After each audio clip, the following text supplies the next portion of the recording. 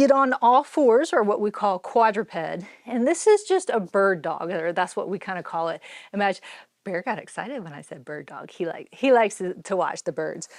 So when you lift up one arm, you're going to kick out the opposite leg. So same kind of thing where you want your hands about in alignment with your shoulders, so you don't want them super far out and you don't want them close in. And you want your knees about hip width apart too. Try and keep your back in a nice neutral position so you're not arched up or down flat. You're kind of trying to keep it straight, and then getting everything in a nice neutral position when you start. So if I lift up my left arm, then I'm going to kick out my right leg. So just going into this position and coming back in and alternating. So you can see it's more challenging on a couch.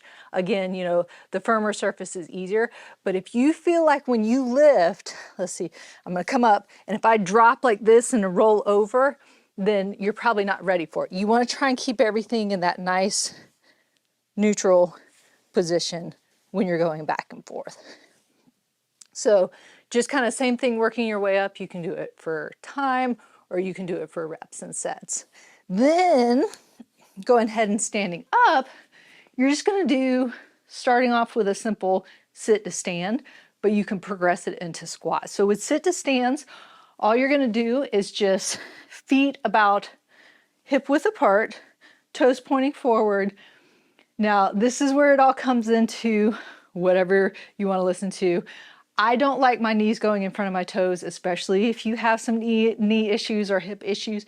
You want to work your glute muscles. You want to use your quads and your hamstrings. So if your knees are going over your toes, if you can do that and there's no pain, that's fine, but then you're working different muscles. The muscles I want to work, I'm sticking my bottom back, I'm hinging at my joints, or my hip joints, and I'm coming back, starting off, sitting all the way down, coming back up, just that nice, controlled. You want to imagine something fragile is down there, and you want to just simply go down super slow and come back up, so you're not plopping down. If you can do that and it's easy and you can get to 25 to 30, then trying to go into a squat where you're not actually touching. So I'm hinging back, getting that big bend in there. Again, that's the way I like to do it. That's the way I teach it. Good body mechanics, but then not actually touching down. I would still recommend having your couch or a chair or something behind you, so if you do then get to here and you feel like you need to sit all the way down, there's something back there where you can do that. So then the next one is going to just be a modified lunge. So same kind of thing with modification. I'm modifying it a little bit, so maybe it wouldn't technically be a lunge, but this is to make sure that you're a little bit more stable, a little bit more safe while you're doing it. And then when you get this down and you can do it easily, then you can go into a full lunge. So I like to have my leg out into that lunge position and leave it out. Now, ideally, when you do a regular lunge, you're going to lunge down and come back up. You can do that after you kind of accomplish this and you're really good at it and you feel